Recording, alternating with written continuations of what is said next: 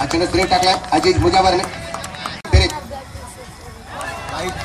पुन्हा एकदा स्वागत करतो आणि हा चेंडू अतिशय सुरेख टाकला गेलाय. समजू शकत नाहीये राहुल यांचे आगमन झाले आणि हा चेंडू अतिशय सुरेख पुन्हा एकदा निर्धाव चेंडू आहे.